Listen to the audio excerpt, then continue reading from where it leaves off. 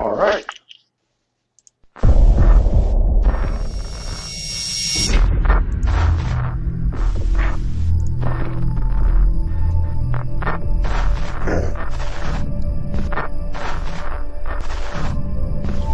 You can hear this. You are not alone. This is the Resistance.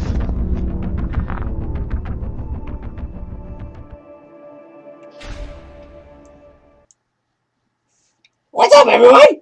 I'm Mr. Giggles. I see a big booby blonde and a Grandmaster Reverend guy, and I think we got John Connor on the phone. You know, I thought John Connor was dead, but apparently he's not. And yeah, we got him on the phone because he's traveling around the world right now, and his Wi-Fi sucks, so he can't join the roundtable directly. So we have to do it indirectly. It's very complicated.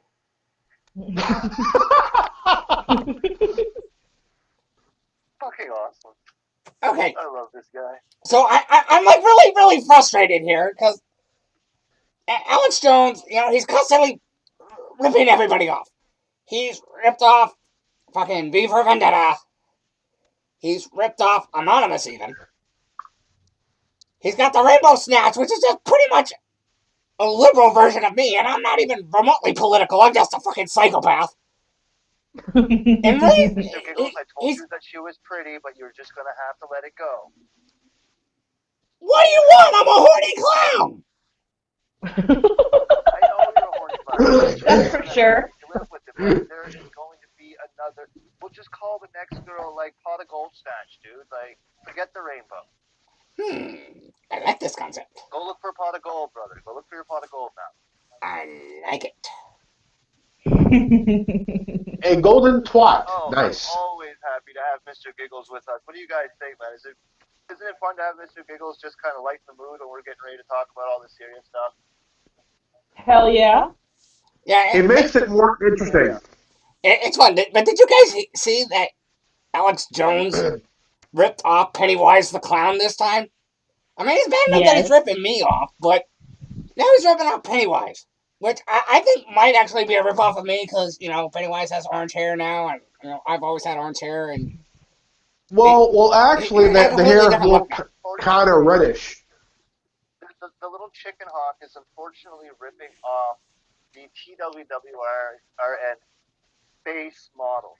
See, I've never had any problems giving Alex Jones his appropriate perks because the real deal is that I will not lie. He is a legitimate historian. It is what he studied to do. The problem is that he doesn't know how to put the information out there. He's trying to get to the activist community, and he's trying to get to this, and he's trying to get to that. Can you think of anybody else within the quote-unquote resistant-minded individual people on the internet that have a clown? Can you think of anybody? Clown Sack Hawk? It's only us. It's us. He's ripping our ideas off. I took the name John as my pseudonym in order to do what it is that I like to do. But at the very end of the day, I use the mentality of Terminator and you are the resistance. You're not supposed to listen to me. You're supposed to adequately educate yourself and take appropriate actions and things like that. This is what's important. This is why when that first transmission in the fourth Terminator film, where he says, if you're hearing this, you are the resistance, I've always fell in love with that sentence, the way that resonated, because that's very like World War II-esque there, when the Jews were trying to protect themselves, and like the way they communicated and how all of that. That's what these movies are based on, even though they're fiction. They're using the emotional context in some of the largest wars on the earth. So it's crazy to see this guy literally and the guy makes a mint there. He's selling his this and he's selling that, and he's making money off his website. And what is he doing? He's ripping off the ideas from the little guys, just like us. But you know what? That's okay. That's okay. I'm starting to realize it more and more, even as I'm having this conversation with you guys. What is he honestly doing? He's taking every idea we've ever had, taking credit for it, which, yeah, whatever, it's piss off known to man. But he is putting our ideas out there front row and center, and his audience is seeing it. And we're not naive to the fact that we are the first ones that said that you are the resistance, other than the Terminator films. That we were the ones that called it the Worldwide Resistance Network. And all he's doing is leading the info war. He's only trying to lead the info war. The Worldwide Resistance Network's responsibility is to take on the info war and not just lead it, but win it. And this is the difference in the kind of people that we're dealing with here. That he's not a dangerous person. We're not dangerous people. The information as a whole, that's what's dangerous. The information sways votes. The information gets people assassinated. The information causes wars. The lack of that information, the inappropriate understanding of said information, is what leaves us in the dark, naive, stupid little sheeple. And we think we know a thing or two about a thing or two. And every day we read the news, we open up a different WikiLeaks file, we read what are the Worldwide Resistance Network's rules, ladies and gentlemen, when it comes to WikiLeaks? You're not allowed to read anybody else's country until you're done reading your own country. That's all I've ever asked the resistance to do. I believe it to be fair. But if you look at what Alex Jones did, he just released absolutely everything, just like Assange did. And yes, of course they put it out there, but it's like a money racket to this cocksucker. It really is. Like, Yeah. I'll use some of the most derogatory terms in order to bring back the power of language. And everybody's just upset because I said nigger. And all I was trying to illustrate what the language meant. Same thing with Holocaust. The word Holocaust doesn't mean the sacrificing of a Jewish person. The word Holocaust is a burnt offering offered up to God. You can find it in the Old Testament. But for some reason, the human creature has this beautiful ability of twisting what we call language, right? And what's going to be the next word that we're not going to be allowed to say because somebody just said that this word now means this and it does not mean that. Taco I Supreme! didn't think you were allowed to, right? I didn't think you were allowed to do that. I honestly didn't think that you could open the dictionary and say that this word that represented an ignorant person meaning literally could not read, could not count, could not, the true definition of ignorance. There is no such thing as a nigger in the world because there's no more ignorance on this continent in that way. These people can read. We have doctors, we have presidents, racism is the stupidest thing known to mankind. And yet we get upset about a word. How much power does a word have over us? That's what my old my last videos were all about, was that if we don't get a hold of the human language that we use to express ourselves with, we're going to cast ourselves into an absurdly different level of darkness. And I'm going to go take a dump in the toilet. Anymore. Go ahead, Mr. Giggles. Go ahead, buddy. Okay. And So, feel free to jump in. Okay, so now we're moving into Alex Jones, trying to use the shock and awe, but he won't use the shock and awe. He's afraid to get sued. All right, that's kind of the point, bro. Like, if you're gonna stand on the resistance platform, you have to realize that you're gonna make a powerful enemy somewhere. Someone's gonna try and sue you. Someone's gonna try and shut you up. The fact that they haven't tried to hurt him yet, these people are the people that killed JFK. yeah. These are the people that killed Muammar Gaddafi, the leader of a country that had free medicine, free education, people got free houses if they had families. The only thing that Muammar Gaddafi did is that he pissed off the Federal Reserve because he wanted to go from the petrodollar to a gold standard. But nobody even knows what the difference between a fucking petrodollar and a gold standard is anymore in this world. Yeah. And I'm only 34 years old. I look at the 19-year-old, they don't get it. Like Canada, we have it a little bit better than most people because I shit you not, our money is made out of plastic. What's the primary ingredient in plastic? Oil. At least our money is actually physically made with a tangible resource. But nobody catches that play. That's why we're at war with all these countries that have oil. It's not because we want gas in the car. That's just convenient. We want plastic. We want to make bottles. We want to make computers. We want to make cell phones. We want to make. You need oil for that, and lots of it. It's not just for fuel. Mind you, up north here where we are, the fuel becomes a necessity. We have to keep the homes clean. We have to warm and things like this. So yes, it absolutely is an important thing. And here we are in 2017, and I can refer you to a biblical reference that told us that this was going to happen. Do you guys know the allegory of the woman with the lamp that had brought an extra vial of oil to keep her lamp burning longer for when the bridegroom arrives, Mm-hmm. it's the allegory. It's today. It is. Look at what they're doing. They're manufacturing oil prices, right? Like you guys still, I think, you guys passed in the United States. You passed your peak oil, right? So whatever's left in the ground in your country, it's all downhill No, from I there. saw For a him bit, it was call. all uphill, and now there's only a little bit left. In Yeah. the province, like I'm leaving the province of New Brunswick, Canada, right? Like I'm on a train right now. I'm having a grand old time out here, but just the province of New Brunswick there, um, underneath that province has what's called shale gas. There's $13 trillion worth of it. Don't get me wrong, as a good God-fearing Canadian man, I want that money too. But in order to get that natural gas, we have to sacrifice water wells. And like, we're talking like the most important part of the water. I forget the actual word, what it is, aquifers. We have to sacrifice aquifers. And aquifers, you can't sacrifice that. If you sacrifice an aquifer, you're going to lose the entire lake, right? It's bad. And what happens is that they use water, right, and sand and a small chemical to blast the shale rock. And when the shale rock breaks, gas seeps from that, and that gas is collected, and we call that natural gas. But just like with the oil industry, where we have tankers that explode, that spill out into oil and things like that, natural gas can affect our fresh water supplies. And as Canadians, we can't play with that. That's against the rules. We can't play with our water. As a nation, we hold the largest body of fresh water in the world, next to Brazil. And if we keep doing if the North American continent keeps doing what it's doing to Brazil, we're going to be the country that has all the water in the world. If you think you guys are going to war for oil, wait till you're thirsty. That's why our Prime Minister looked at George Bush Jr. when he looked at the nations of the world and he said, we're going after them terrorists and you're either with us or against us. Well, the Prime Minister of my country, whether I like the man or not, said, we're not with the terrorists, we're not against you, but if you go to war illegally, we're not selling you our water. Your country went to war in the desert. Canada said, nope, you're not buying water from us. You can have some wood, but you can't have water.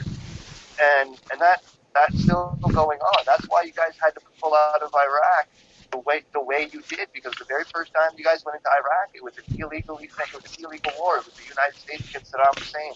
The United Nations didn't sanction it. So why did the president pull the troops? You had to pull the troops because in order to enter Iraq, you had to enter Iraq legally if you intended to have Canadian water for your troops. So these are things that people overlook and they don't think of it, right? Probably don't even know about it. Right, and they probably don't even get it. And then we're talking about how we believe that these wars are political in nature and terrorism and this and that. So I kind of opened up with a little bit of fun poking at Alex Jones, and I had a little bit of fun here explaining the pretext of how we what? script anything. Yeah, exactly. Well, did we win? Did we win, or did the Nazis win that one? NASA, man, Operation Paperclip. The weapons that we have today, that's a good question there. I mean, yeah, and Grandmaster Evan, your camera is off, just so you know. No, it's not. I see him. Oh, it says his camera's off on my end. I'm sorry I'm hogging all the airtime right now, guys. It's just been so long since I've gone international and that we've done this live. I'm just kind of really just Oh, you're fine. really kind of blowing as much new information into the people's ears. And the biggest thing you got to remember, guys, you can't take my word for it. You're never supposed to listen to me. You can hear me, but you're supposed to research what I'm saying. Yeah. Right? So I normally never script this, but we had a beautiful opportunity to have almost like a 1-hour discussion about what kind of material we're going to cover. So I'm going to get back into the war, but not in the aspects of what everybody would research and those damn ragheads and them damn terrorists. No, that's not it, man. There's no such thing as a terrorist, man. It just isn't. It's all money. It's government. It's false flags. It's ignorant people that are not 100% aware of what even causes these wars. I think it was like only a few months before 9/11 even happened that I think it was the security defense whatever guy that said in order for a war to take place in the Middle East, the United States would require a second Pearl Harbor, something similar to Pearl Harbor. And then 9/11 happens. And then George Bush Jr. sits there with a straight face and says nobody ever thought about throwing planes into the two towers. And then we find out about Operation Northwoods. Like that this so was planned, that there was contingencies. And then unfortunately I got a steal from Alex Jones here, and you think it was men in a cave that made NORAD stand down? How the hell did a guy in a cave with a laptop with a couple of box cutters get past the most sophisticated military defense system on the goddamn planet? It doesn't compute. Well, not only that, but you got to figure as well, Connor. Two guys on an airplane, even if it's two guys on the same damn plane with box cutters, with hundreds of fucking people, you can't tell me that hundreds of people can't overpower one or two guys with a fucking box cutter.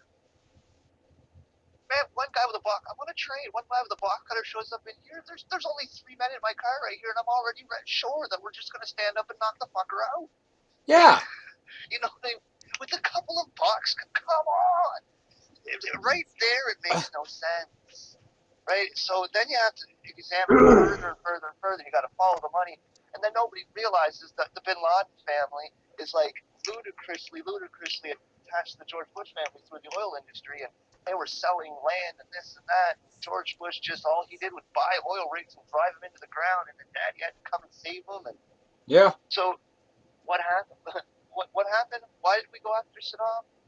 Do you want to know why we went after Saddam? Because the World Oil Reserve. That's why. When you want to buy oil, I'm a Canadian. Okay, let's say I'm a millionaire, and I got to buy a shit ton of oil, and I want to buy it from one of the Middle Eastern countries that happens to be occupied by the United States. My Canadian dollar just ain't worth what it used to be. I got to change that shit into American currencies in order to buy a barrel of oil. That's the truth. That's how it works. Well, do you know what Saddam Hussein said? He said, "Don't worry, Canada. It's all good, bro. You need some oil. You just go switch your currency into euros, and I'll accept your euros." And countries like Canada and any other country that would have saw that opportunity would have been like, "Oh my God, that's so awesome!" Because we don't like what the United States and Israel are doing and this and that. In order to properly boycott it, if you want to boycott anything, you boycott it with your wallet, bro. You don't like what Israel's doing? Don't buy Starbucks, dude. Like, you don't like that. It's the boycott, divest, and sanction, and it's working. Do you know why it's working? Because Benjamin Netanyahu stood in front of the United Nations and said that the boycott, divest, and sanction is anti-Semitic. It's not anti-Semitic. We're telling you to stop killing children. We're telling you to stop bombing hospitals.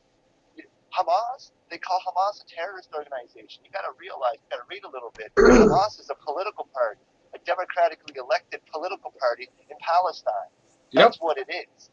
It's not no ISIS. It's not no this. Hamas is Republicans. Hamas is liberals or conservatives, or it's a political party, not a terrorist organization. But nobody wants to know that. Everybody just wants to say bomb them ragheads because everybody likes their cushy lifestyle. Okay, so that's already bad enough as it is because now we're racist.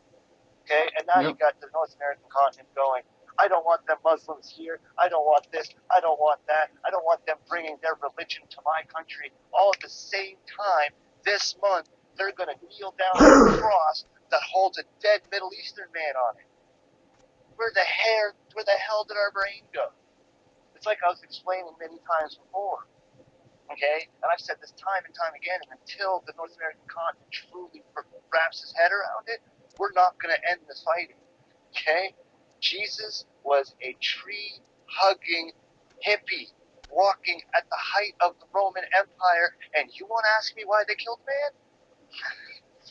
He said when they tried to actually make him twist his own words, and they said, "So you say that we shouldn't pay our taxes?" Jesus turns around and says, "Whose face is on the coin?" And the guy says, "It's Caesar's." He says, "Return to Caesar's what is Caesar's." Jesus was the very first occupier. He was the first one to tell you to give the money back and to walk away from that system. That's when the Roman Empire figured out that religion was far more powerful than a standing army. Population control. People want to talk about population control? Well, I'm a vet assistant by trade. This is what I do. And we are taught not to breed mean dogs with mean dogs. Otherwise, you're going to get mean dogs. Then why the heck is religion supposed to be this thing that teaches beauty and peace and this and that? And those that are the best at practicing it at the height of the religion, and it's supposed to be this beautiful thing, these motherfuckers aren't allowed to breed? Yeah, and they want to say that the Muslims are bad and have all this blood on their hands. Person, why can't the nuns and the priests breed to give us good people? I know it's a stupid eugenics theory, and that came out of Nazi Germany, but it's a thought. Well, think about this one, Connor. The earliest form of population control. You give yourself to the church. You don't allow yourself to spread your seed. You don't allow yourself to have babies. Earliest form of population control. Now we got birth control. That's just it's a fancy word, population control. Except now it's not forced on the people. People can just choose to do so if they wanted to. Right? The society is evolving at an extremely alarming rate. Well, right? Isn't that what the goal was initially when they formed the Catholic Church? Rome figured out that, and that that religion was more powerful than a standing army, that the power of belief was indestructible. Yes, so they took it and manipulated it to their advantage? Yep, the Roman Empire discovered that 300 years after Jesus died. If you look into the history, it was called the Council of Nicaea. Yeah, they formed the Council of Nicaea, decided to build a religion centered around this man and his teachings, and took all the holy writings and said, okay, we like this, but we don't like this. This goes in the book. This goes in the vault. Right. So we're supposed to praise the Savior and all these things that he. And another thing that a lot of people don't understand about Jesus is that Jesus was a Jew. He taught his own. His own received him not. On top of that, if he was born in Bethlehem and Jerusalem, in that part of the world, if he taught the Jews and the Jews received him not, who the hell did he teach? Because Jesus did not teach Christians. Christians didn't exist at the time that Jesus walked. Jesus was the very first Muslim. Yeah. Those who listen to Jesus and love his teachings today, they are Christians. These simple twists in language have entire societies on the North American continent absolutely gone.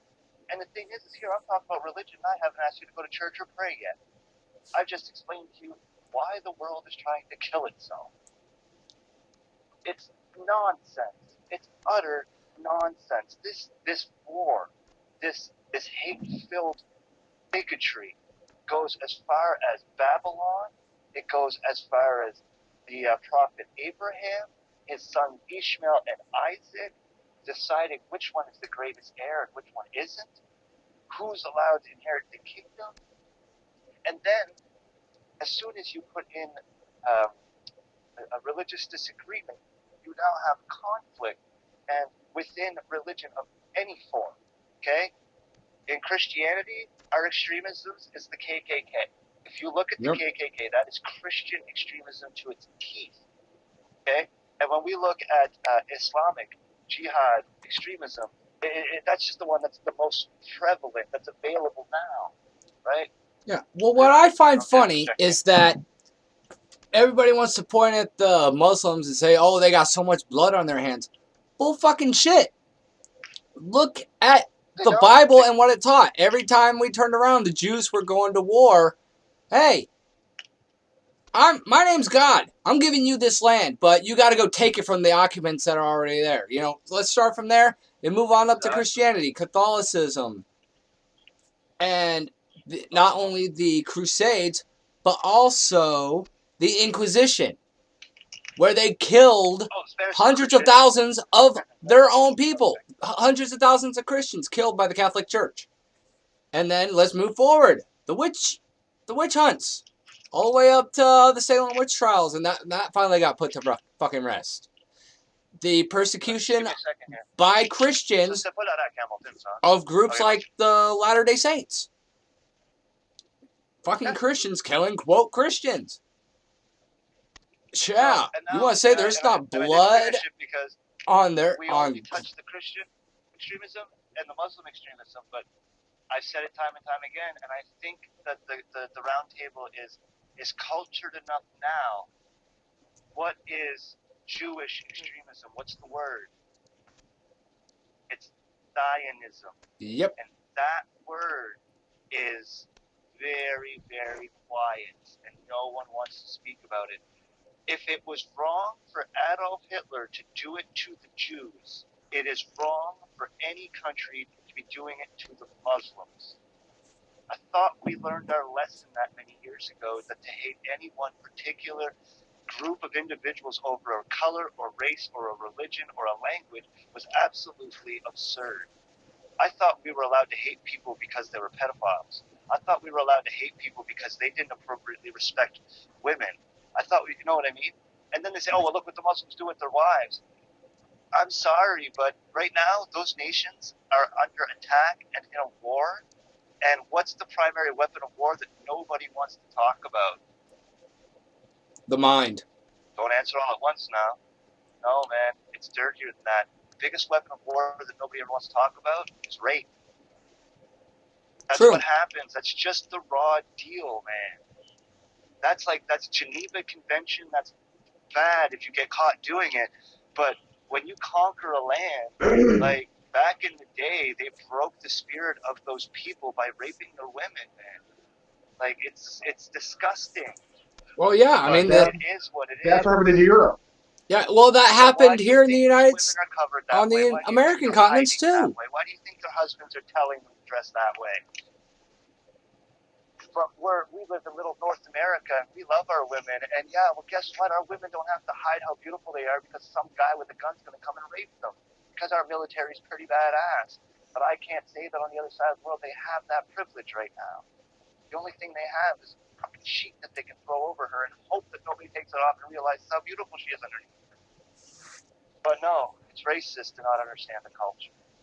Why do the men make the Muslim women walk 10 feet behind them? Do you want to know why? It's easy. Can anybody tell me what the blast radius of a landmine is? A man walks in front of his wife, and if the landmine goes off, at least his wife and children are 10 feet behind and they're still safe. We're talking about a war zone over there, guys. They're not belittling and degrading the women. They're doing their very best to keep them safe. Am I saying there's no extremism over there? No, I can't say that. That would be absolutely naive and ignorant of myself. There is. Why? Because there's racism and ignorance and prejudice and extremism in my country. And we're supposed to be a developed nation, and it happens in the States too. So if we can't begin to even consider that these guys don't have that, you know what I mean? Yeah. But it's crazy. So until someone's ready to actually go to the United Nations and actually declare Zionism as a form of religious extremism and that it has to have a stop has to be put to it, this war won't end. And if you pay very close attention, Benjamin Netanyahu is trying to make anti-Zionism into anti-Semitism. How can it be anti-Semitism when it's the Jews that are telling us that it's bad? Yeah. They're telling us that Zionism is against the Jewish Torah. I'm not a Jewish man. I know nothing about the religion. But why is the people that do know things about the religion telling me that this is not right? I have no choice now. I have to research it. Why? Because my country's at war with Muslims, and I'm supposed to research Muslims, and I'm just supposed to take Israel at its word because one guy in Germany got upset X amount of years ago? We're sitting in a situation right now where we're getting ready to push the red button and let God sort them out. So don't talk to me about what Adolf Hitler did to the Jews, because the United States and Canada and the Allied forces is getting ready to destroy the entire Middle East. Jews and Muslims combined, they're all going to go. So unless we can figure out what's going on here, because we're about to get really upset. We're going to get upset with these people because we're tired of worrying about whether or not something's going to happen inside of Canada, or whether something's going to happen inside of the States.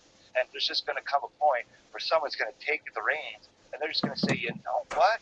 If y'all can't get along, none of you can have it. Yeah. When the President of the United States just decides to turn Palestine into a big glass bowl with a nuclear weapon because the leaders of Israel or the leaders of the Muslim world cannot get along, and because they can't get along, we're getting caught in the crossfire? Whatever Adolf Hitler did during the Second World War is going to look like a cakewalk. It's going to be our nations that are going to be painted black. We're the ones that are about to do the biggest war crime available. Yeah. And no We've one's been seeing doing. it coming. We've been doing. I No one mean, sees it coming. we've been doing And they war think crime for that years. we're and they want to believe that we're incapable of it. We all know Thanksgiving, right? Yeah. That's when the natives gave us food. We gave them blankets full of smallpox. You Don't put tell them me we away don't know for how to you. genocide. Look. Yep. And it's happening all over again. All over I'm again. not going to be. And I've said it time and time again. History is superimposing itself upon itself in order to adequately and appropriately repeat itself. And when it happens this time, oh my God, we're going to be seeing we're going to live a moment of combination of Pharaoh, let my people go, the Jewish Holocaust, what's happening right now with the world, like all of these horrible moments in history, we're going to see them superimpose themselves upon themselves, and they're going to repeat themselves. And when they do, the humans involved then, that not adequately research their history, they're going to stick their heads between their knees and kiss their ass goodbye because there won't be anything left for anybody. Yeah. Einstein said, I don't know what World War No, III no, will be fought with, but I I have guarantee you mine. World Go War IV ahead. will be fought with sticks and stones. Gotta say, I think he's right. Watch your movie, baby. It probably will, if we even get Somebody that else start far. talking. We'll probably blast ourselves back into this Stone Age. And it's a really scary thought if you really think about the whole retrospective dynamic of everything that's going on, the quote anti-Semitism, the change and manipulation of language, the manipulation of the human mind into thinking a certain way, mind conditioning, mind programming. We're being hypnotized to think and act and respond a certain way to certain situations and certain circumstances. And it's completely and utterly insane. So I think we can safely assume we know what the problem is, what needs to be explored, and this is a problem that I have with people like Alex Jones, is we know what the fucking problem is. Now what's the solution? Well, the words you just used right there is probably the most Nazi-esque thing anybody has ever said, because it's already been said, dude. What's the final solution? That's literally what the shit was called back then. That's why I know we're fighting World War III right now. We just didn't call it. We didn't call it World War II when we were fighting it.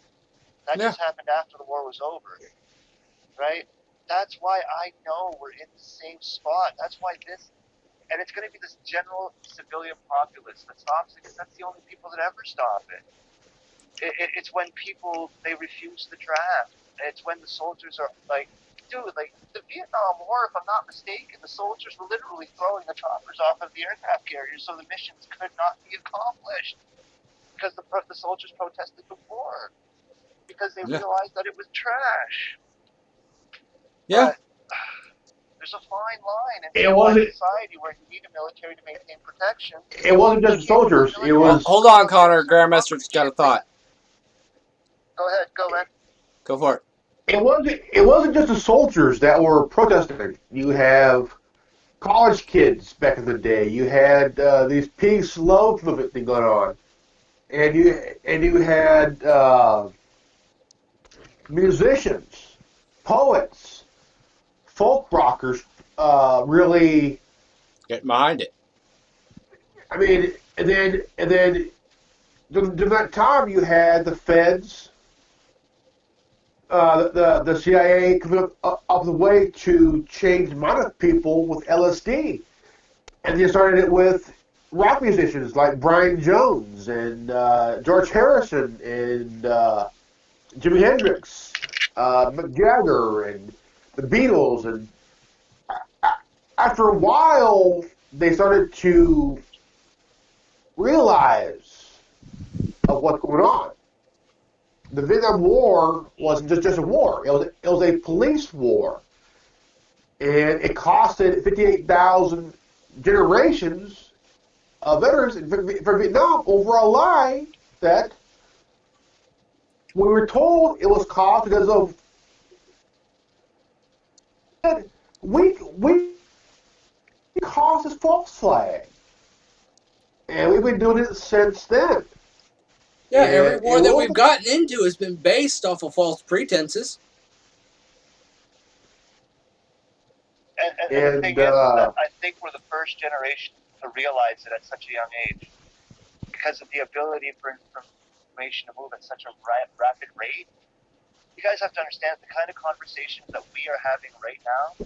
These are the kinds of conversations that like the 65-year-old men used to have when we were kids because it took that long to acquire the information required to even develop an opinion on it. Yeah. Nowadays, you pick up the phone and you just find out what the president fucking tweeted and you know what he's thinking. No, it was not like that back then. The way that the world is moving, the way that the information is being distributed, it moves so quickly that it's really hard to truthfully explain. But if we live in a society now that if inappropriately navigated for a nanosecond, you know, like for instance, Donald Trump and his grab her by the pussy comment, right? Yeah. Okay, why is it that I'm supposed to get mad at Donald Trump for saying grab her by the pussy in a locker room, but my whole life I was raised to grab the world by the balls? Yeah, and why are we getting pissed off at Trump for saying that 10 years ago when not 6 months ago we were laughing at what's-his-name popping on the news going, fuck her right in the pussy? Right, that guy, the guy that, and that's like this big internet thing where you find a live camera and you run and do that, and you scream fuck her in the pussy, and then everybody just laughs because they caught the person on live camera, right? They got you. No, you can't edit that out, you know, it's a prank. Yeah. Why is society laughs at that little prank now, but when the president of the United States, you know, that's when I realized that's controversy in order to. Honestly, I'm not going to lie. If you want to get conspiratorial about it, I honestly believe that Donald Trump allowed that to become the controversy, to make that the red hot topic, because whatever really was a hot topic, he didn't want us to know that. For instance, it happened in Canada. Okay, there was a big vote in the Parliament building that had to happen. Okay, and we call it in Canada the elbow gate. Okay, one of the guys that hadn't voted yet, and we needed to make sure that he did vote, whether he voted yes or no towards the bill, it didn't matter. The Prime Minister wanted him to go and vote. So he literally, almost quite forcefully, went over to him and grabbed him by the arm and kind of told him, you got to go vote now. Well, in the process of grabbing him by the arm and pulling him a little bit closer to talk to him in his ear to tell him, you got to vote, he accidentally touched a woman's breast with his shoulder. And oh my goodness, it was called the elbow gate, and the Prime Minister touched some girl's boob with his shoulder, and we have to be in outrage. No one talked about what the vote was actually for. The vote was for assisted suicide, man. Whether or not the country should be allowed to have assisted suicide. Do you think I give two shits whether or not my Prime Minister's elbow touched a boob? I want to know whether or not if I'm dying of cancer, the doctor can give me a needle and say, good night, Mark, I'm sorry, there's nothing I can do for you. That's what I want when I'm 75 years old and I'm ready to go and my organs are done. And why is it that we have more compassion for freaking dogs that we can put them down peacefully in compassion because they don't need to suffer anymore?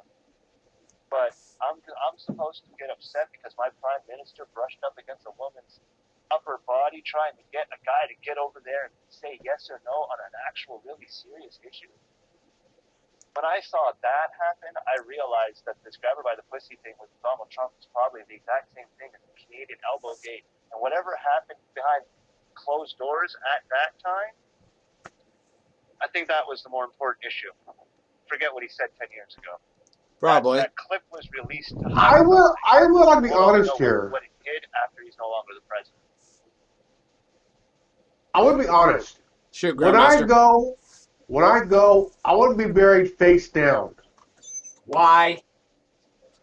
Because anybody who doesn't like me can kiss my ass. Hold on.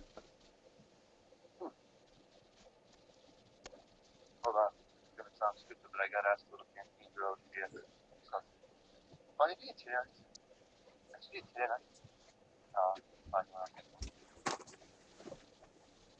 Yeah, sorry. I had free beer there. I just went off about the government. Now I got a headache. Yeah. Nice. Grandmaster, if you get buried face, I personally would be afraid to be buried face down because I'm afraid that somebody digging up my fucking corpse is gonna go, oh look, easy access. Oh man. Fucking So there's necrophilia, so much. creepy ass motherfuckers. No. Well, the thing is, I got some people in my life that don't like me very much. That's why when I die, I want to be buried face down, because those who don't like me can all kiss my ass. Because the next, I can't hear Grandmaster Rebel And on my I don't know why. and on my tombstone, on my tombstone, I want a fire hydrant and a dog. Okay, he just said that he wants his. He said he wants to be buried face down, so that when he dies, everybody can kiss his ass. And instead of a tombstone, he wants a dog pissing on a statue of a dog pissing on a fire hydrant. Dude, I'm gonna bury you upside down and stick an acorn up your ass so a tree grows out of it. Yes! I can be born again, man. I can be I can be born again. Yes. Understand the simple aspects of things, right? Like, I'll get sick, twisted, and morbid for you for a second. Do you guys understand the war nature of cannibalism? Why cannibalism exists? It's not about food and being hungry. Literally, you get to look. Let's say you're the king of your tribe. Okay, you're the tribe leader, or whatever at this time.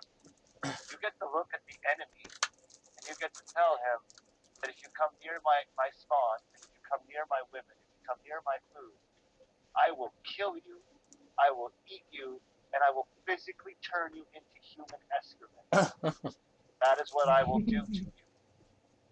That's what cannibalism is. It's not just this thing that we don't really understand.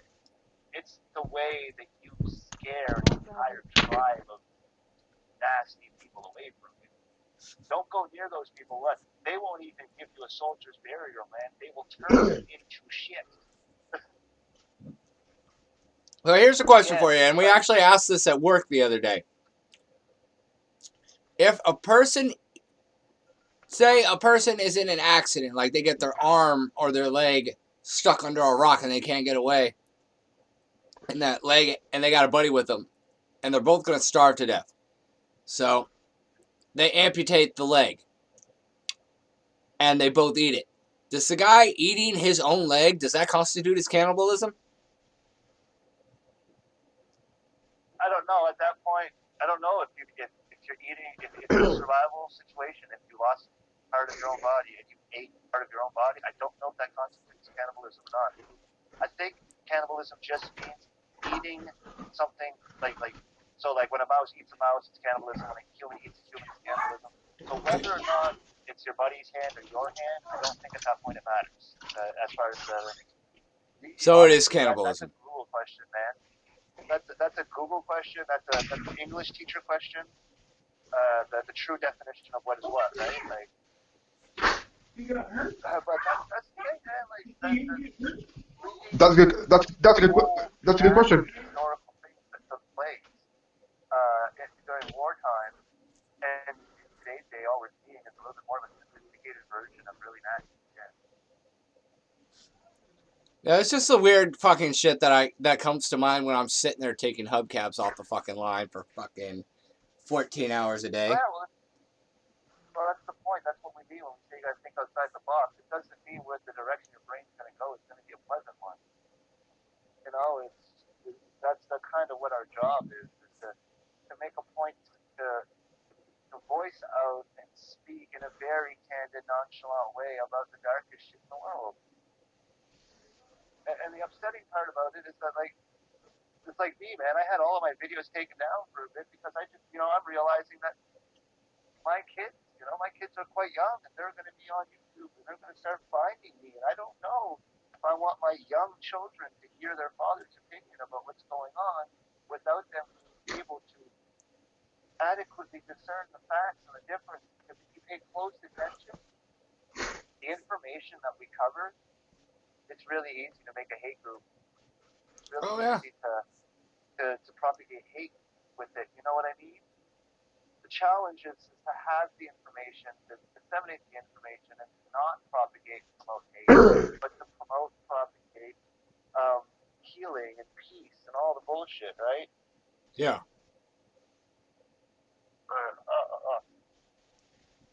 Oh, yeah. Almost fucking 11 o'clock my time.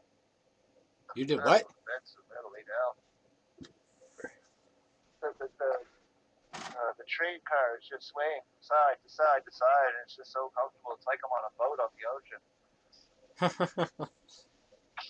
I've only ever ridden an Amtrak from one county to another. I've never traveled long distance, like across country or anything.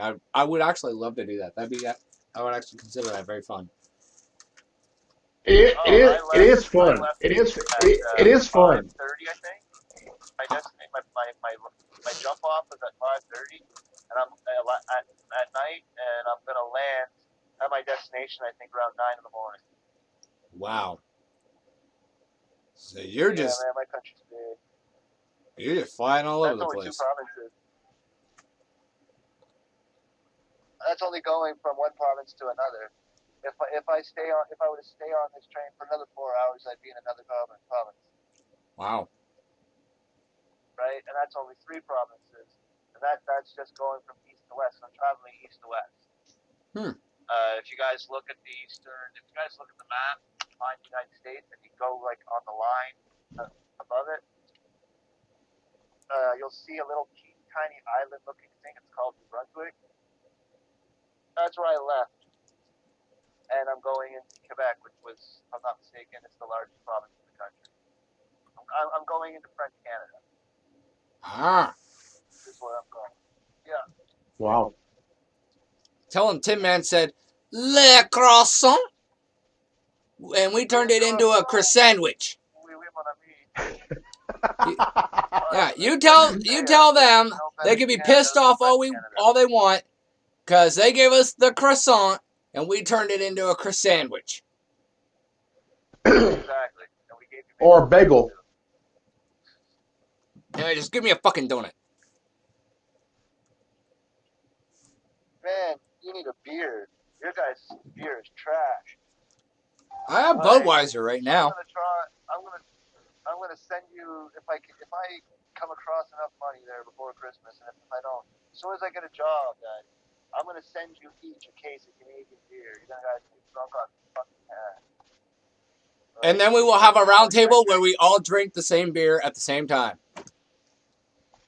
Oh my God, guys, you have no idea, dude. I had a case of American beer there like 3-4 days ago. I think I drank 16 of the fucking thing. Right? What was the brand? Like what? It was what? Oh, it was Budweiser. It was Budweiser. Really? You didn't like Budweiser? Yeah, but it was American Budweiser. Apparently there's a law that you guys can't have this alcohol a certain percentage or whatever. Like, what's the alcohol content Well, yeah, of a bottle of Budweiser for you guys? I don't know. It doesn't say on our bottles. Like, I'm literally looking at the fucking bottle right now. And I'm not seeing anything. Alright, it says, according to the Surgeon General, women should not drink alcoholic beverages. That is the only warning thing I have on my fucking shit. What if you go in the ingredients page? I'll tell you there how much percent alcohol is in it? I'm looking. 5% alcohol.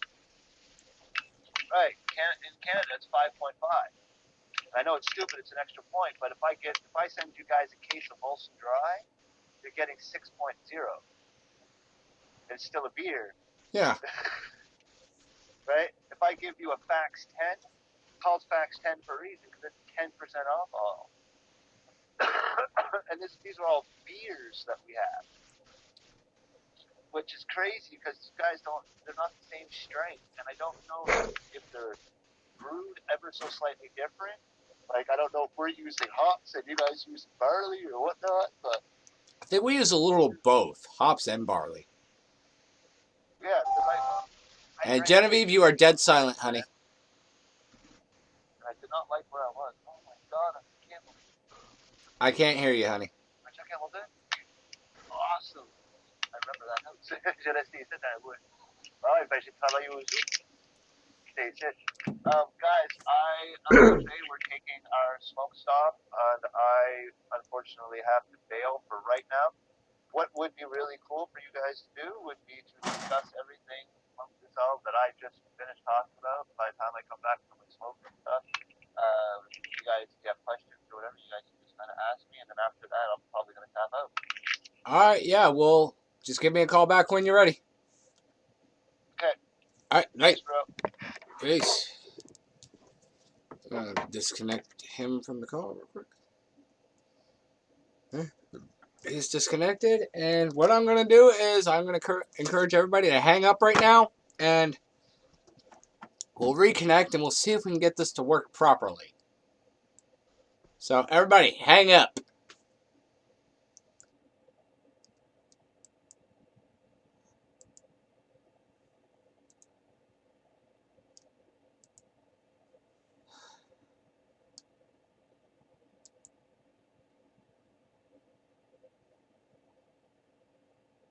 Okay, so I want Genevieve, and where's Mr. There he is.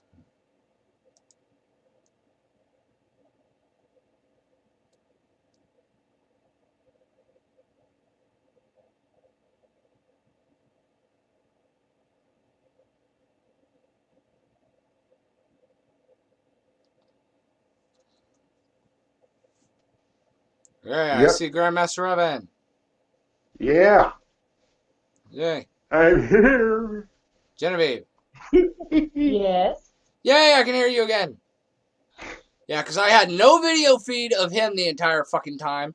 And I had, for the last like 10 minutes or so, I had no audio of you. Well, I had to mute my audio because I had to go put on a movie for Bradley. Ah. And it probably never came And off. then when I went to go turn on my mic, it didn't turn back on like it was supposed to. Well, it's okay. We fixed the problem. Yeah. I was trying to tell John Connor that I couldn't have alcohol in my apartment or out here in the apartment because it makes Steven sick, and Bradley's a little alcoholic. He likes to drink alcohol. Yeah, probably not the best thing to allow him access to. It wasn't my fault. My father gave him a glass of red wine, and he just took off from there. Oh, shit. Oh, Yeah. crap. Yeah. Well, he actually gave him a drink. He gave him a sip of the red wine, and he liked it so much he just kept going. That's reminded me of I took my Uncle Arnold's beer and I drank it all down. I was about almost 4 years old. Shit.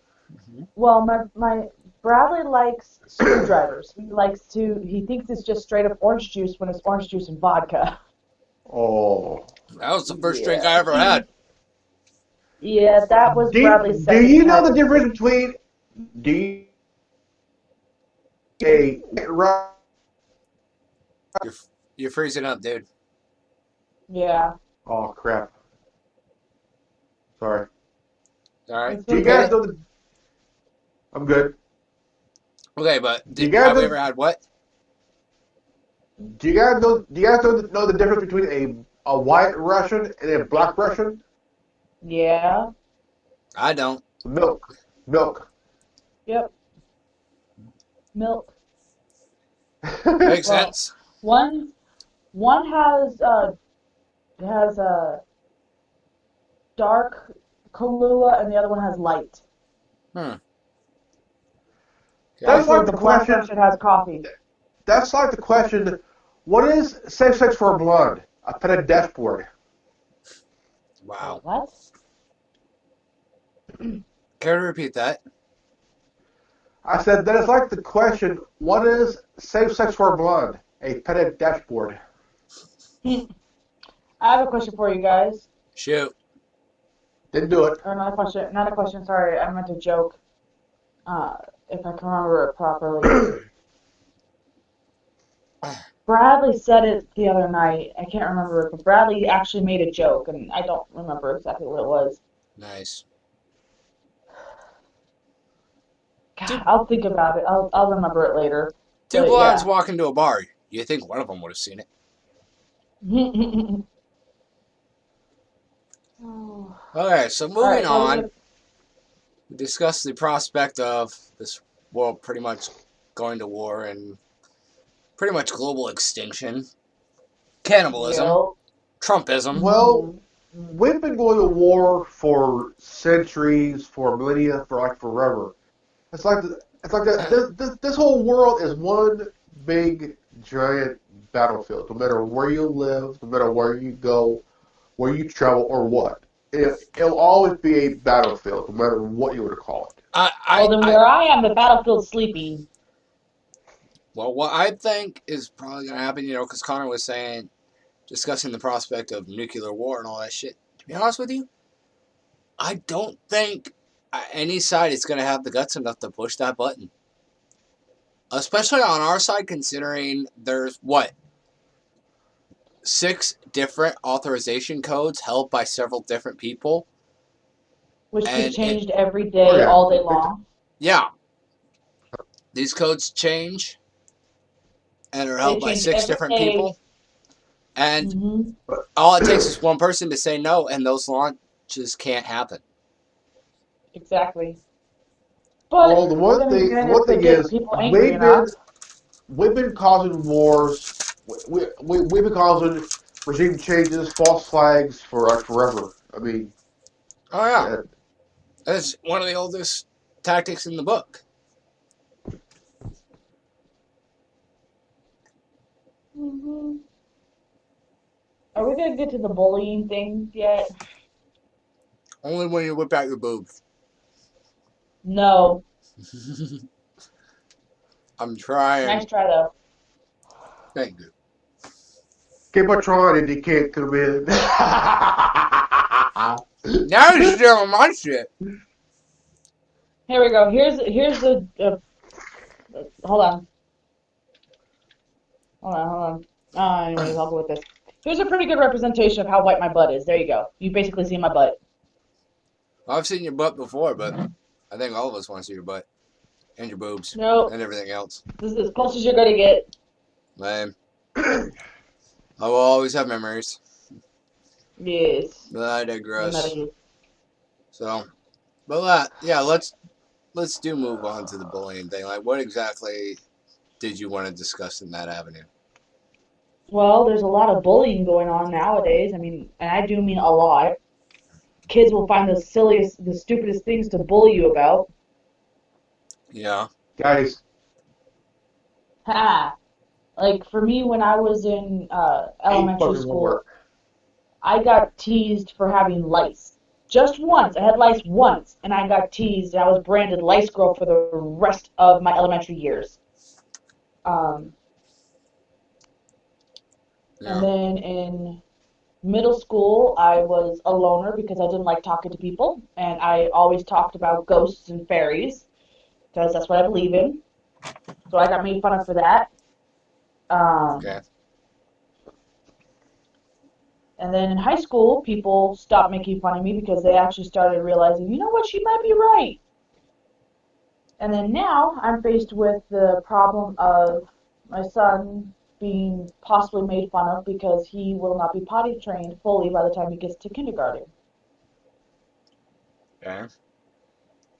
And there's also times where Big most adults of are my made life. fun of. I was bullied my whole life growing up until high school, and then I got tired of it. Yeah. I got tired of it, so I fought back. Started to whoop some ass. See, I But didn't fight back. I thought I was the problem, and so I started the trying to take my own reason life. I was bullied and teased, I had the symptoms of Tourette syndrome. and it was coming out late. Mm-hmm. And because of that, I got in fights. I got tired of being teased, harassed, being called names, and I didn't want that for my son. Well, who My would? my son went my son went through that for a few years, and then as a dad, that bugs me because I was teased when I was a kid. I didn't like it. It's not fun. It doesn't feel good. And a lot of the bullies nowadays, they'll, like, I've heard stories, like, my cousin, she gets made fun of at school. They make fun of her because she's not perfect. Like, their idea of perfect is these skinny little twigs that have money coming out the wazoo and they can have designer this and designer that. And Oh, if you don't have designer anything, you get made fun of. You get called trailer trash. You get called. Um, oh hell yeah! I mean, I don't even know all the you get names. called. It's a class warfare even in school. Hmm. Yeah. You got the preps, the stoners, all the um, you See, I call hung it. out with I hung out with a group of people that they called themselves the Anime Club. I hung out with them because they all liked anime. They all talked about fantasy stuff. They did they made their own role plays and stuff like that in notebooks and everything. Where a certain I'll be right group, back, like three guys. or Keep four talking. people, were in one role play, and then three and four were in another. Me and my friend, I'm not gonna say her name, but her and I, we had a role play where she played a male. She played a male character. I was a female, and the male and the female, it was a romance story. They fell in love, blah blah blah blah. But before we could get to the end of it, because we were planning on making it into a movie for a high school project, before we could do that, both her and I, we graduated. So I mean, it took all 4 years that I was in high school to even get three-quarters of the way through it. But we were made fun of. I was made fun of for hanging out with them. They were made fun of because, well, they were different and they believed things that others didn't. Um, we were also like honestly a majority of the people, like honestly there was one guy that he made fun of me, but then he turned around and asked me out. It was hilarious, it really was. um Hmm. and him and I, we went back and forth. The funny thing is that he was making fun of me because I was super smart, and he was calling me, teacher's pet and all this other stuff. He was saying, oh, well, you're such a smarty pants, you should have figured out. Sorry, guys. That was my bad. Phone did that.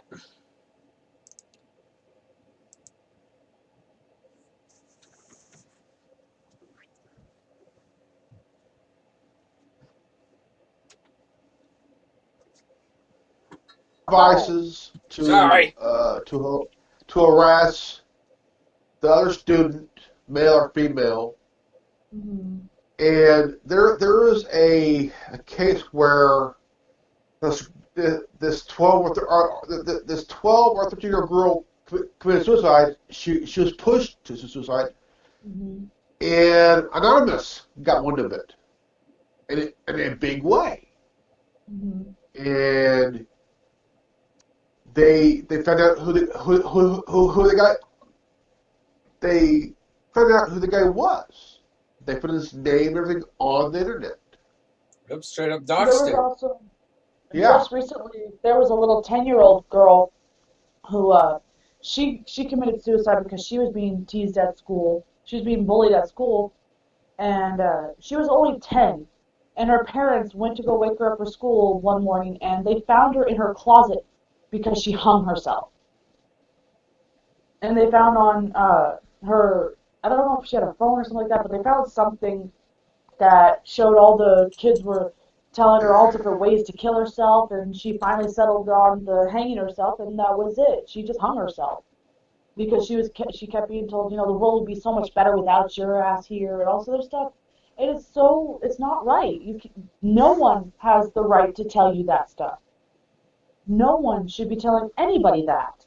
There is a movie on our Lifetime, and this girl was raised by a single mother, Hmm. and this was That's another cause of the bullying too. um she wasn't popular or anything, and so she started to get harassed by cyber. Did Hmm. not know who was doing it. I mean, it's very easy to know who's doing it by the IP address. All I Yeah, did if is you know check how the to get IP it. address. Yeah, but that's Like only it, if you know how to do it. like A you lot could of trace a phone number. Yeah, but that's only if you know how to do it. Like me, I was harassed on MySpace before I met Tin Man there. I was harassed on it. I didn't know how to follow anyone's IP address. I didn't know how to, get their phone numbers. I had a landline for crying out loud. I didn't get my first cell phone that was actually working until I was 24 when I had my son. And, Well, you know, technology has advanced within the last 35, 40 years. I mean, but I'm 28. Turning 29. I just got my first cell phone almost 5 years ago. Yeah. wow. Well, And I ever mean, since then I've had some people's circumstances are different than others, you know, and you did the best you could with what you had, and you made do, and you made shit happen. well no, what it was that like what I meant was like I had people calling my parents' house on landline. They were calling. I don't even know how they got my freaking landline number. And they were making fun of me. They were telling me how I was stupid, I was crazy, that I should just do the world a favor, that I should end my life because that's where I belong, is with the dead that I talk to. It was all on all this other stuff. And I mean, Way to on top of all that, at 18, I got raped, and it wasn't. I mean, and it wasn't because I told the guy no. It wasn't because of that. It was because it was a bet. I found out years later that it was because he did it because it was a bet. His friends bet him that he couldn't get laid by me. And so instead of suffering and losing the bet, he decided to rape me. So Wow. I mean, there's so many I different hear that things story that from you far too often, and it pisses me off just every time I hear it. I know. Yeah. But like I told you before, the guy's in jail. But I mean, there. there's so many different forms of bullying. There's sexual Yes, bullying. there is. There's There's cyberbullying. there's all. I mean, bullying at almost level. Different Mhm. types, different ways of doing it. Mhm. Yeah. Now, there's a ways of stalking, cyber stalking, Mhm. stalking, whatever. Yeah. And there's also a way where somebody mysteriously can know what you're doing without you realizing it. So Mhm. like, your mom is cooking a meal, and all of a sudden you get a phone call saying, "Well, tell your mom add this to the pot roast or whatever."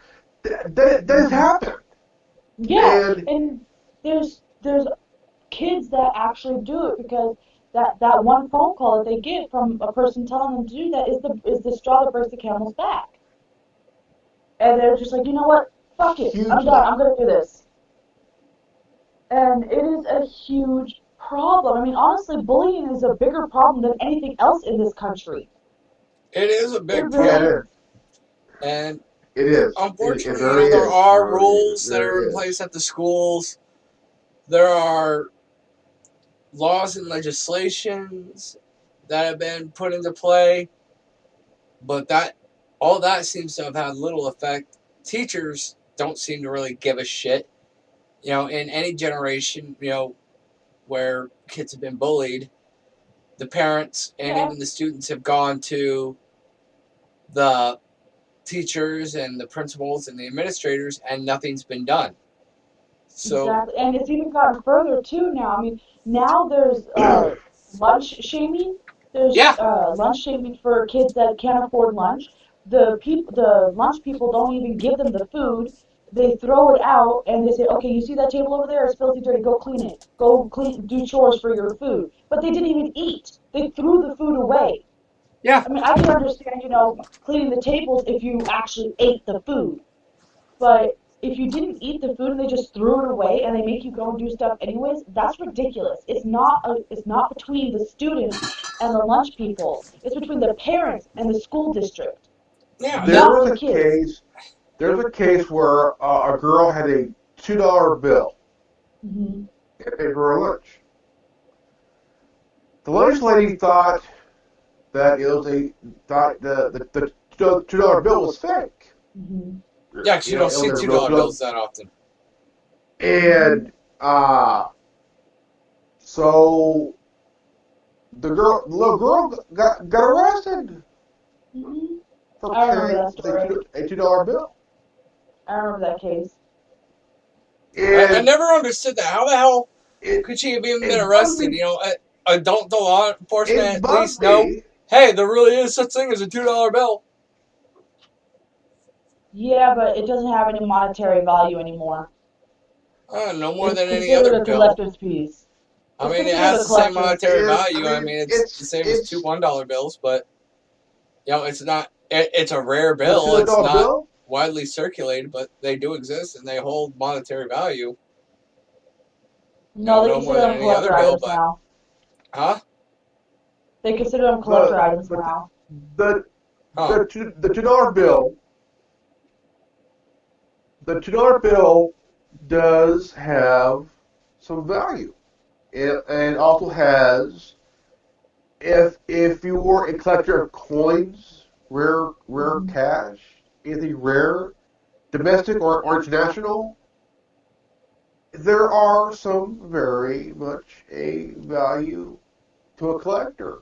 And a Yeah, collector but would spend hundreds or even thousands of dollars for a rare coin or a rare paper currency, mhm. like Yeah. Or even a complete collection of the those state quarters.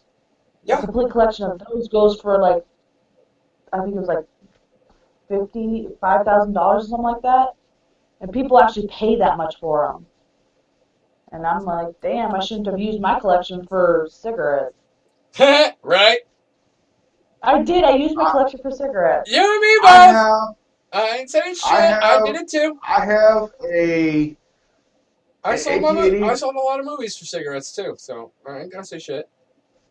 I have a 1889 silver Morgan a Morgan silver dollar from Nice. 1889, Ooh. and I paid $140 for it about 5, 6, 7 years ago at the time, You got a good and deal there.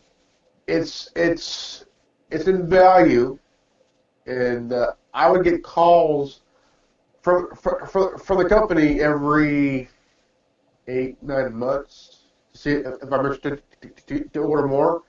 I'll tell them, what, not yet, not ready yet. Mm. And I've always been into coins. I've always been into the Mexican peso and shit. And see, that's another thing that a lot of kids get bullied for is like they'll end up inheriting a coin collection from like a grandfather or an uncle or a family member that passes away, and they'll get made fun of for it. It's like, okay, why are you gonna make fun of someone who is actually collecting something that's worth a lot of money? Oh yeah, my great Because it grandmother, wasn't them who got it. Yeah, that's what a lot of my bullies are. my great Envious little grandmother, pricks. I inherited a coin collection from my great grandmother when she died, and that collection was 2 pennies that were not Hmm. copper. These were Uh, not copper, but from 1941. Brass? Were they brass? They're like tin color. I got like a tin color, and they only made two of them. They, not silver. Yeah, this was a rare metal because they'll you about it was like one or 2 years. Very rare penny because copper. Okay, now pennies now they're made out of zinc, nickel, plate, nickel, zinc, and a couple other elements for the penny because back then it was all copper. Yeah, it was called copper. Pennies. and And the reason why nickel was called a nickel was because of the fact that it was made out of nickel. nickel And plated. the quarter was made out of silver, and the dime was made out of silver and nickel. And the penny was originally made out of, well, it was originally made out of nothing but copper. But when when copper went down and there wasn't a lot of it, they stopped making it out of copper. Fix that But problem. Just this start was a making pennies rare out of the police. pennies. One was made from the Denver Mint. Other one was made from the San Francisco Mint. These were rare metal pennies and stuff. That's really rare because you can't find, San Francisco doesn't make anything anymore. No. And neither does Denver. It's Delaware and Philadelphia nowadays. So, but back to the bullying thing. What kind of solutions could we really present here? I mean, we've passed laws, we've made new legislations. There's been many solutions, but none of them work. But they'll work. Just that nobody really wants to enforce them because they're too busy worrying about their job. Well, I honestly, I think that we should do. Too worried about. I think where bullying is concerned, I think we should do what they did back in the 1800s, when a boy would bully another boy. They would take them out and beat their butts with a switch. I think that's what they should do nowadays. I think they should go right back to that because this is ridiculous. If a student is going to bully another student, they need their butt whooped. Okay. That I do agree, but the thing is, I mean, to a point. That'll be nowadays that'll be considered corporal punishment. No, but the parents would have a fit about it. And how are you supposed to deal with that with teenagers who could pretty much go toe-to-toe with you? You know, if a teacher tries to hit a teenager with a switch, teenager could fucking just straight knock them the fuck out in many cases. Put them in jail. Scare them. Put them in the jail quarry and make them work. Boot camp. Boot camp would be one of the solutions because the reason at 18 they go in at 18 is that back in the day when they had the draft is that their whole lives they thought their shit didn't stink. They thought, well, my mom took me all special. Guess what, dude? Bullshit. I mean, 18. I mean, it's just that the military would straighten them out with hard training, work, and everything else, and to make them adults. Yeah. Yeah. And that's honestly, I like that idea better. Honestly, I really do. I like that idea better because. But the only thing is, what age should it be starting at? You can't send a kindergartner to boot camp for. Well, they have a military school where from 10, what was it, 9, 10 years old to 18. Yeah. And but what are they going to do about the younger kids? I don't think that they'll send a child your son's age to a boot camp because that'll be too harsh for him. I mean, Yeah. that would But what are we be gonna do? Because I already know that Bradley's gonna get made fun of. I already know this. Okay. And the only thing that I could possibly do is give him hugs and tell him, well, you need to go potty on the toilet, otherwise you're gonna keep getting made fun of. I mean, that's the only thing I could possibly think of to tell him. my niece went I'll be right back. through almost the same similar situation. Okay, With potty training? she yeah, pretty much. And she fell down one time and hurt herself really bad. Mm-hmm. She had a concussion, Mm-hmm. and for a while she kind of had a little trouble Mm-hmm. because her fault. The way she was going, my sister would get mad at her, Mm-hmm. but it wasn't her fault. I mean, this is my goddaughter, for Christ's sakes. Yeah. And um, she would have trouble, going to the bathroom and whatnot, Well, and see, how she was slow learning. I mean, well, she Bradley is. Bradley doesn't have that. Like he didn't get a concussion. He's not slow learning. He's really fast at learning. Like I spent maybe at the most an hour with him on his chalkboard, telling him, okay, copy the letters that mommy wrote for you to write your name. He did, and then like about the fourth time that he did it, he got it. He didn't even need me to write it down. He wrote it down himself. So he's a fast learner. It's just when it comes to potty training, he just doesn't want to do it, I guess. I went and saw my sister and her husband and her family this past June, and I swear to God himself that what I learned and heard pissed me off because I'm a very protective dad, but also a very protective uncle. Okay, Hmm. my niece and nephew's school changed it where, okay, my niece was fourth grade, 11 years old. She just turned 12 this past June, and where back in the day it was kindergarten through sixth. Okay, Hmm.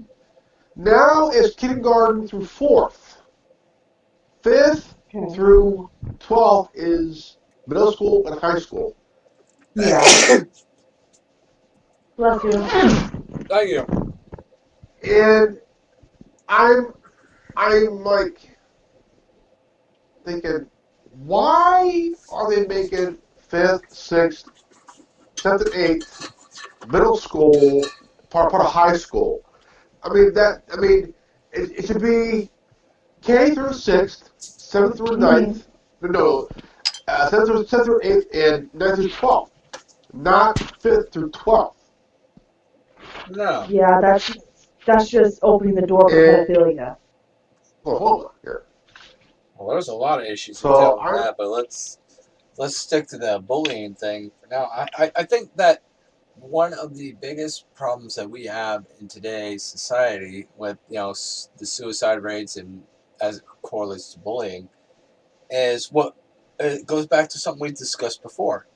People have become sissified, self-privileged little bitches on Yeah, both but sides, Bradley's not bullies and that. Bradley's victims. really tough. Like Bradley's not that way. Like he hit his head and he popped it open. He popped his head open because he fell and he only cried for like 5 minutes and that was it. He stopped. Me, when I hit my head and busted my head open, I cried for like an hour. Yeah. Okay, Well, not but he's not a everybody's the same, sissy. granted, but in most respects, as far as the generations that are coming up are concerned, we have an epidemic of self-privileged little bitches that think that the world owes them everything and they need a Yeah. fucking safe space when their presidential party doesn't get elected or some stupid shit like that. it's the Well, new era of the baby boomers. It's not even baby boomers, dude. It's fucking grown-ass adults throwing fits like 5-year-olds throwing a tantrum in a grocery store because mommy couldn't said. Yeah, Mommy said they couldn't have that box of cereal. They ruined us. They ruined us because they got everything handed to them. Frankly. But when it's our turn, that's mine. Excuse me, it's mine.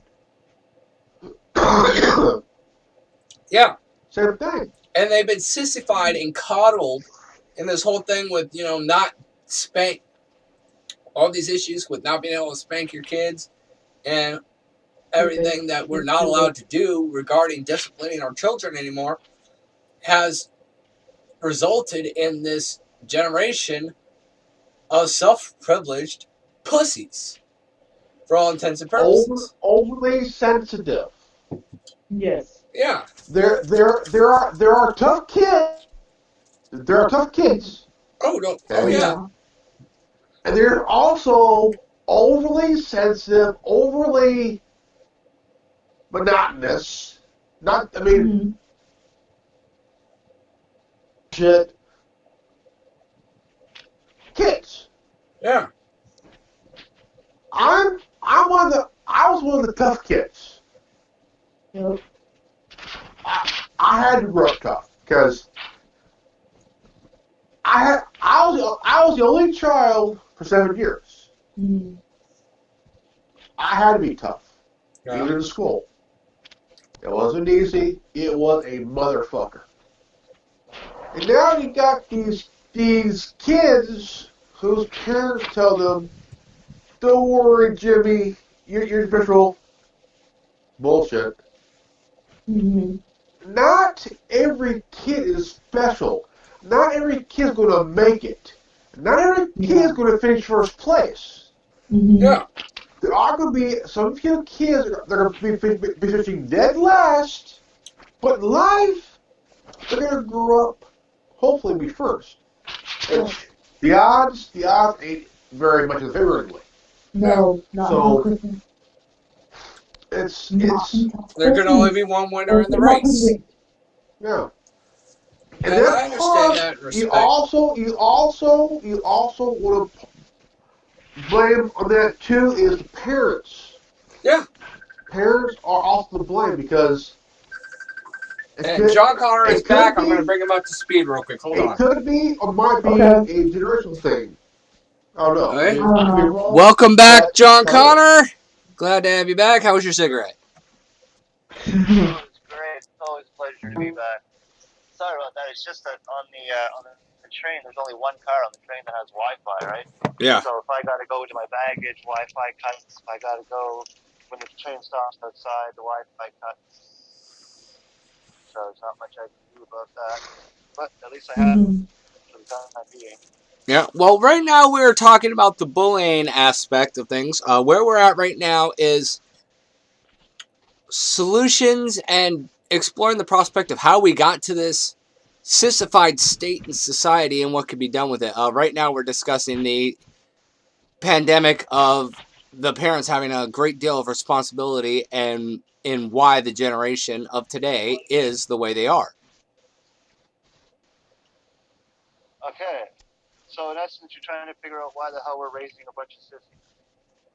We pretty much figured that out. We're just exploring some of the dynamics. Like, we know, but we're just kind of reviewing some of the dynamics, such as parents telling their kids, "Oh, it's okay, you're special," or everybody, even the losers, get a fucking trophy kind of thing.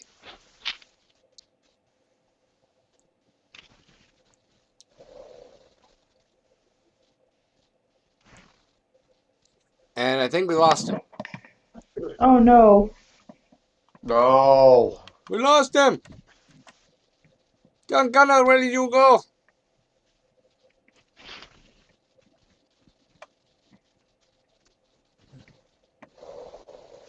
I will call him back and see what happened. Well, I gotta get off here soon because Bradley's starting to ask me about his Christmas presents. I know it's very A kid's favorite question. Okay, he's back on now. My prisoner. Santa has it. Damn it, Santa, secure here. Okay, we got Connor back on. Go ahead, Connor. Yeah. So you guys are talking. Did I understand right when you say you're talking about the society of bullying and things like that? Yeah, the epidemic of bullying and how we think a lot of it has to do with the way this generation is being raised, to be privileged, we're not spanking our kids, we're not disciplining our kids the way we used to. That's having a factor. And then treating kids like they're special and, just enabling bad behavior, just kind of babying Yeah. people through Well, life. in a nutshell, that's what we're doing sociologically. That's literally what's happening. There's not really a whole lot we can do to change it because it's easier to go from an aggressive society, so from parents that used to beat the shit out of their kids with belts. It's easier to go from that society and move forward into a more peaceful, please honey, don't you understand that I don't want to spank you here, I'm trying to hopefully get you to learn with your brain, and we understand that children are little humans, but somewhere somewhere along the line we forgot that these little humans' brains, they're not developed, they don't act and react the same way adults do. So just because we sit there and say that rationally we really shouldn't have to do this to the child, well, Oh shit, I dropped it. we're not going to replace it. Okay? If we're going to go from a society that doesn't beat their child, which obviously is, we shouldn't beat our children, obviously, but if you're going to actually replace the format of discipline, right? And there's a bunch of child psychs out there, like the timeout circles, the removal of attention.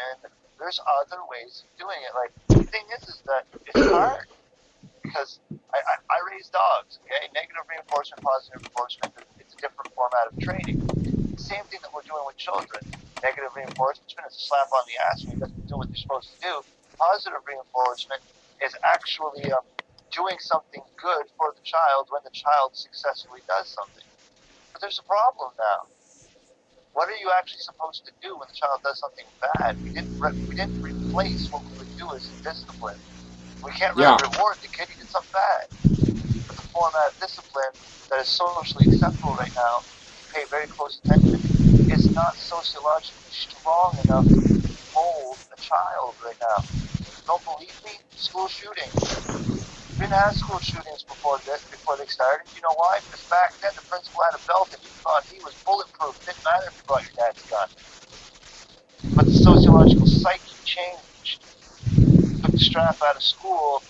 Kids don't fear authority. They bring a gun to school when they're mad. It's weird, but it's true. Back in the day, the kids used to sling the rifles over their shoulders and walk to school, gym, and do shooting. Now they would throw a rifle over their shoulder, consider even walking out the property. And even if it's just an airsoft gun, they're going to have a problem now. Yeah. The sociological ramifications have changed, and we didn't get ready for it. We weren't ready for the twist. I feel for people like Jen. I fear. She's got a little boy, man. She's raising a man. And she's raising a man in an absolutely sick and twisted society right now. And yeah, that's hard. it is hard. Like where most people would just say, cuff him upside the head and make sure he knows he did something wrong and make sure you have a nice talk with him so that he never does it again. That used to be how shit was done back in the day. But now, well, that's how I do it now. You have to choose what words you use to teach you. You know what I mean? To discipline, like it's almost taboo. For in public, if you turn the corner, stub your toe, and say "fuck" in front of your own child, the public don't really like that. And yet, each and every one of us does it privately in our own home. What's wrong? Why are we so hypocritical? The one thing I love seeing the most in public, I love it. It's the kid that drops and throws the big badass temper tantrum, and it's the dad that picks that kid up, throws him over his shoulder, and walks right out the door with them, and smiles and nods and laughs at all the other fathers, and say, "Sorry guys, Should have left this one home. I love seeing that stuff because we still have strength and discipline within our society. Yeah. But I hate seeing it's the mom that pulls out the wallet and buys the kid the toy because it's having a fucking temper tantrum. I want to walk up to that bitch and break the kid's toy right in front of him right after she paid. You know, See, I don't buy that's Bradley what any I want toys. to I do. don't buy him any unless he earns them. Right? Yeah, that's the way it should be. He has to earn it. And there's an old saying, right? It used to be, people used to say it takes a village to raise a child. It takes a village to raise a child, and no holds barred. If your kid came on my property and did something stupid and raided my garden, I am chasing your kid all the way back to you with my belt, and you're seeing me coming, and you're taking your belt off as the kid's coming home. The kid is fucked now. Yep. And you know what happens? Like, That child never raids another garden again. I want to show you guys something. You guys have seen this thing before, right? Oh, is that Voltron or is that Power Rangers? That is the Megazord from the new Power Rangers movie. It's 5 different pieces, and you have to buy the pieces individually. Now, Patrick's son, Adric, I've pretty much been the male figure in his life ever since things went south between he and Destiny. I bought him one as well as myself one. But here's the thing. He saw it in the store. He really wanted it. I'm like, you know what? I'll get it for him. But I made him earn it. It's 5 different pieces. I made him earn each and every one of them. Mm-hmm. He had to clean up his room. He had to sweep the floors. He had to obey the adults, whether it was his mom or me or whoever might have been babysitting, you know, his grandma, so on and so forth. If he failed to do any of those things, he lost it and had to earn it back. Mm-hmm. And that's what I do with I'm a Bradley. big Is believer of earning back. I'll get mad at like my kids, or at the time my girlfriend, she had 3 kids. I would get upset with them when they would do foolish stuff, and I put them on timeouts. And sometimes I would take the video games away for the whole day, man. That's torture. But I know it's torture. So I take the video games away for the whole day, but then halfway through the day, I'd look at them and I'd be like, you want your games back, man. All you gotta do is go clean your room.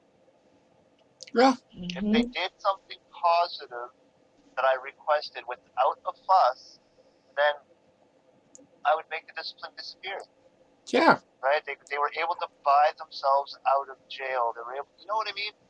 But parents today, they're too concerned about their kids and the computers and all this shit. You know what I mean? Like, they used to stick us in front of the TV and let the TV raise us. Now it's a telephone that's raising kids. Yeah. No, not for me. Telephone. Not for me. My son doesn't have a computer, he doesn't have a cell phone, he doesn't have a tablet, he doesn't have any of that. Yeah, and hold off on that shit as long as you can. Like, Destiny got Adric a fucking tablet, and I'm like, why? Like, not even a little kid's tablet, a full-grown fucking tablet. Something that I don't even know how to fucking work.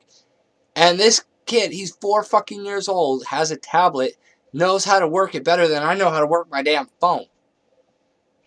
And I'm like, no. What the hell's a 4-year-old need with a freaking tablet? Right? They are little sponges. They will learn how to do it. They will figure out. My cousin's grandson would play on her You gotta remember, phone. we're the generation that used to connect the VCR for our grandparents and our parents. Tablet's just a different thing. Yeah. Yep. And we have become our grandparents. I actually used to put the time on the VCR. Yeah. My mom and dad would get so mad at me because I knew how to put the time on the VCR. Yeah, I learned how to work on a bike. I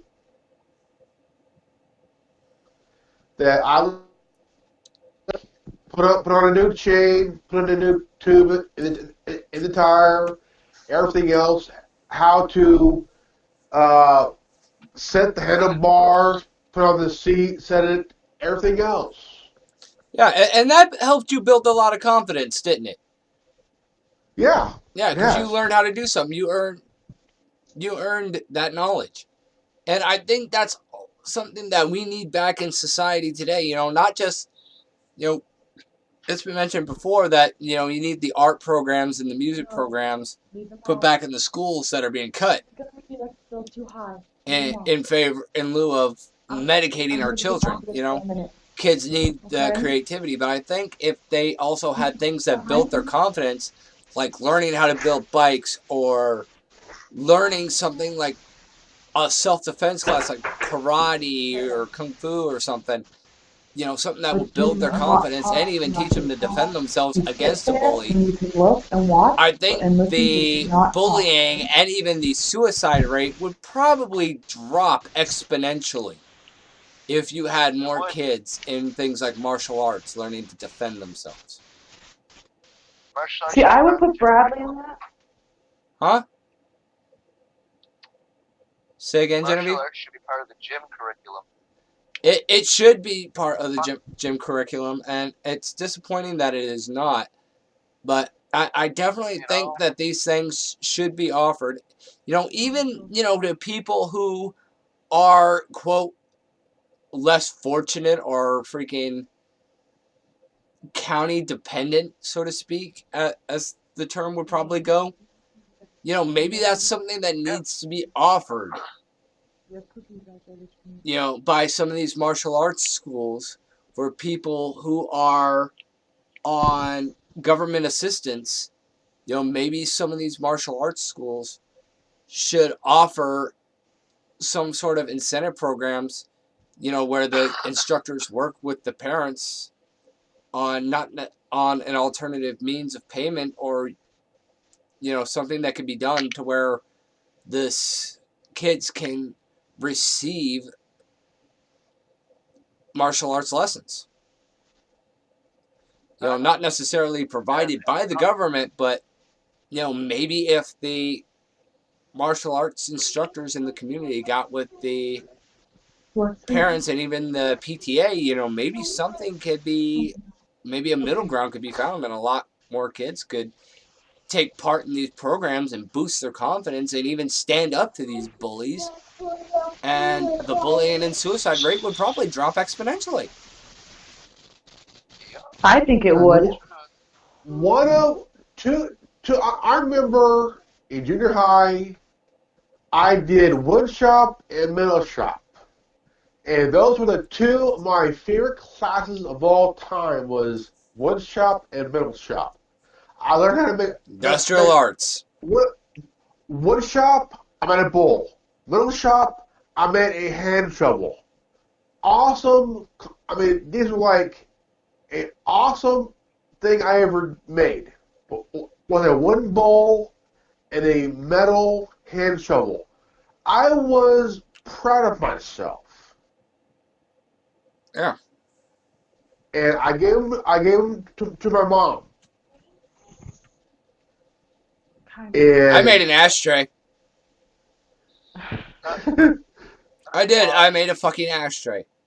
I made a Hey, you coat guys, I rack gotta go. and an ashtray. You gotta bounce out? Yeah, 'cause Bradley wants me to watch Hoodwinked with him. Alright, well, you go spend some time with your boy. We're probably gonna finish this up Okay. here. It's almost at 2 hours, so. All right. Yeah, it's probably Bye, one of the longest ones we've everybody. done together. I think it's the first one we ever done together as a team. Yeah, definitely. And we should definitely do this more often, Connor, especially once you get settled. Oh. Oh yeah, man. I'm getting set. It's like I told Jen. I was like, what I need to do is I gotta find myself a TWWRN woman, man. A woman that's not gonna keep pulling me away from it every time it's starting to take off and get a little bit more, gusto. Yeah, Every that time it gets ready for me to Mhm. start doing something, some bitch just fucking says, "Will you stop doing that?" you need to And I find really, yourself really a get on my fucking like-minded woman nerves. who shares the same ideologies as yourself. Oh, once this video goes out, at least the ladies that are gonna hear it are gonna know that I'm single again. Yep. But yeah, I need a girl that's gonna support the cause so that I can focus on the cause and not be torn away from it. So, because every time I get a project halfway done, I have to back away from it to make the girl feel special. You know what I mean? I got to make sure that my women are appropriately treated. I can't be ignoring them. They're real life. They're the ones right in front of me. You know what I mean? Like, Yeah, what you need is a woman who's gonna fight right by your side. You know, when you're doing these projects, you can include her in the projects and make it a special thing. Well, that's kind of the deal, right? Because you're But, both passionate okay, about the same damn thing. I'm thinking. I've thought about another one. See, I don't really want to say it out loud because I'm considering building something very specific. So, yeah. Yeah, we Let's can just just say that can be discussed privately. punch if I do it.